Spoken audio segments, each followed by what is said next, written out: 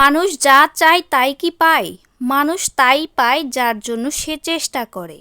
কথায় কথায় মানুষ বলে ভাগ্যে যা আছে তাই হবে। বিশ্বাস করেন আপনার ছোট্ট একটা চেষ্টা আপনার ভাগ্যকে বদলে দিতে পারে। ধরুন টেবিলের উপরে রাখা গ্লাসের পানি আপনা আপনি আপনার মুখে এসে ঢুকবে না।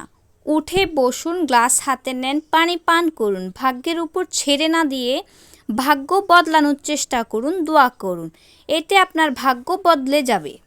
হ্যালো এভরিওয়ান, আসসালামু আলাইকুম। আপনারা সবাই কেমন আছেন? আশা করছি সবাই ভালো আছেন। সবাইকে জানাই শুভ সকাল। এটা ছিল আমার সকালের ভিডিও। তো আপনারা সবাই কেমন আছেন? আবারও একটি নতুন সকাল পেলাম, তার জন্য আলহামদুলিল্লাহ বলেই শুরু করলাম। আমি অর্গানিক শপ থেকে তানিয়া বলছি। আমার নতুন একটি ব্লগ ভিডিওতে আপনাদেরকে সবাইকে স্বাগতম। আশা করছি আপনারা সবাই আমার ভিডিওটা দেখবেন। সকালেই ঘুম থেকেই উঠে আমি বাসায় যত বিছানা চাদর ছিল সবগুলোকে তুলে দুইটা বালতিতে নিয়ে নিলাম। এরপর আমি ঘরটাকে ভালোভাবে ঝাড়ুও দিয়ে নিলাম। এরপর একটু বাহিরে চলে গেলাম। শীতের সকালের এই মিষ্টি মিষ্টি রোদটা একটু খাওয়ার জন্য, সেজন্য একটু বাহিরে চলে গেলাম। সেই ভিডিওটা একটু করে নিলাম।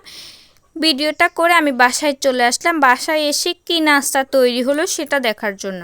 দেখলাম আজকে মাংস দিয়ে রুটি খাওয়া হচ্ছে, অন্যদিকে চাও বানানো হচ্ছে। সব কিছু দিয়ে আমি নাস্তাটা সেরে নিলাম। নাস্তাটা শেষ করে আমি আমার কাজে চলে যাব। তো আমি যে বিছানার চাদরগুলো তুলেছিলাম সেই বিছানার চাদরগুলো ভিজিয়ে দেওয়ার জন্য চলে গেলাম। এরপর আমি হুইল দিয়ে সেই বিছানার চাদরগুলোকে ভালোভাবে ভিজিয়ে দিয়ে আসলাম।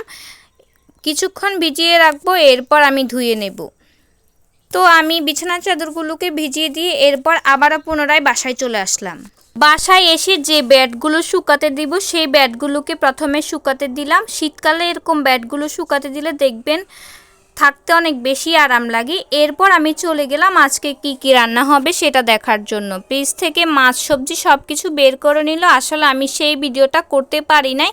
এরপর আমি সবজিগুলো কেটে নিচ্ছিলাম এবং পেঁয়াজ কাঁচামরিচ যা যা লাগবে সব কিছু কেটে নিচ্ছিলাম। সব কিছুর আজকের ভিডিওটা আমার করা হয় নাই, তবে অল্প অল্প করে ভিডিওগুলো নিয়ে নিয়েছিলাম। তো আমি সবজিগুলো কেটে ধুয়ে পরিষ্কার করে নিচ্ছিলাম। অন্যদিকে আমার আম্মা মাছগুলোকে কেটে ধুয়ে পরিষ্কার করে রেখে গিয়েছিল।